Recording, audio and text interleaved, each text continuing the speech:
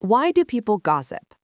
Have you noticed that as soon as a coworker leaves the Zoom call a few minutes early, the energy of the remaining group shifts instantly? One person might say, "Did you notice how tense Jeff seemed today?" And suddenly, everyone else chimes in with their own observations about Jeff's recent performance or his coffee intake. In that brief moment, the group feels a surge of unity, not because they necessarily dislike Jeff, but because they are collectively processing a social anomaly and reinforcing their own bond. This scene is repeated millions of times a day in offices, playgrounds, and family dinners. Despite its reputation as a guilty pleasure or a social vice, gossip is one of the most fundamental and complex human behaviors. It is the invisible thread that stitches the fabric of society together. The core drivers of gossip. While the example above feels like a simple diversion, it represents a massive psychological machinery working beneath the surface. To reach the depth of why we engage in this behavior, we must look at the interplay between our biology and our modern social structures. 1. Cognitive mapping. Humans have a desperate need to categorize their world. Just as we use maps to navigate physical terrain, we use gossip to navigate social terrain. We need to know who is in and who is out. What are the current rules? Is it okay to be 5 minutes late to this specific meeting? Who has the power? Without gossip, we would be walking into every social interaction blind, forced to learn every lesson through painful first-hand experience rather than the shared experiences of others. 2. The power of Schadenfreude. There is a specific psychological satisfaction in hearing about the downfall of someone high status.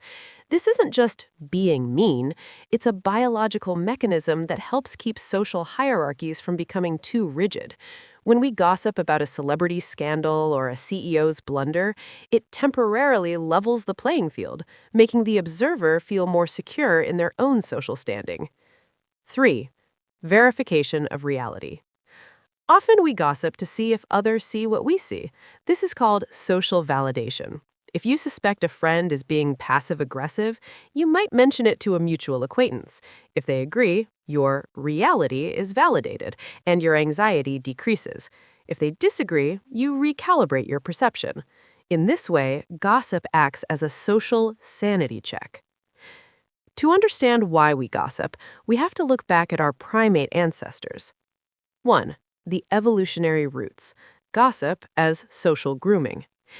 Evolutionary psychologist Robin Dunbar famously argued that gossip is the human equivalent of social grooming in monkeys and apes. From picking fleas to trading tails.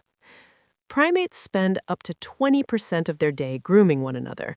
This isn't just about hygiene, it's a way to build alliances, resolve conflicts, and establish trust. However, as human ancestors began living in larger groups, physical grooming became unscalable.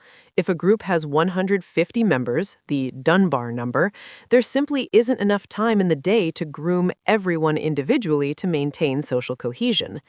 Language evolved to solve this problem. Gossip allows us to groom several people at once. By talking, we can audit reputations, learn who is trustworthy and who is a free rider without having to witness their behavior firsthand. Bond efficiently. We can exchange social information while performing other tasks like gathering food or, in modern times, filing reports. The survival advantage. In a prehistoric tribe, knowing that Ugg is a great hunter but steals meat at night was life-saving information. Those who gossiped were better informed about their social environment, making them more likely to survive and pass on their genes. Consequently, our brains are hardwired to find social information, especially juicy or negative information, more stimulating than almost any other type of data. 2. The social functions of the grapevine. Gossip isn't just about survival. It's a sophisticated social tool used to manage groups. Research in 2024 and 2025 have highlighted three primary social functions. A. The informal police, or social control. Gossip serves as a deterrent against bad behavior. When we know that our actions will be discussed behind our backs, we are more likely to adhere to social norms. Selfishness deterrence. A 2024 study in PNAS demonstrated that the threat of gossip keeps individuals from acting selfishly. If you know that being lazy on a group project will result in the whole class knowing you're a slacker, you're more likely to do your share of the work. Pro-social gossip. This is noble gossip, intended to protect others. Warning a friend about a dishonest landlord or a predatory coworker is a form of altruism that maintains the integrity of the group. B. Building the in-group, social bonding. Sharing a secret creates a boundary. There is us, those who know the secret, and them, the subject of the gossip and those excluded from the loop. The trust test. When Sarah tells Mark a secret, she is performing a vulnerability test. If Mark keeps the secret, trust is established. If he spreads it further, the bond is tested. Shared values. When we gossip about someone's shocking behavior, we're actually negotiating what we believe is right and wrong. Saying, "I can't believe she did that," is a way of asking your listener, "Do you agree that this behavior is unacceptable?" C. Navigating hierarchy and status. Information is power. In any organization, be it a high school or a Fortune 500 company, those who have the most accurate gossip often hold the most social capital. Status seeking. By being the source of news, individuals can elevate their own importance within a group. Leveling the playing field. Whisper networks have historically protected people from abusive figures by warning others when formal systems of HR or law enforcement fail. 3. The psychology of the gossiper.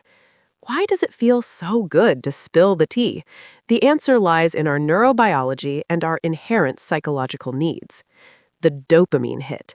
When we hear or share high-value social information, our brains release dopamine, the same chemical associated with reward and pleasure. Interestingly, our brains are particularly sensitive to negative gossip about rivals or high-status individuals, a phenomenon sometimes linked to schadenfreude. Anxiety reduction. The world is a confusing place. Gossip helps reduce social uncertainty.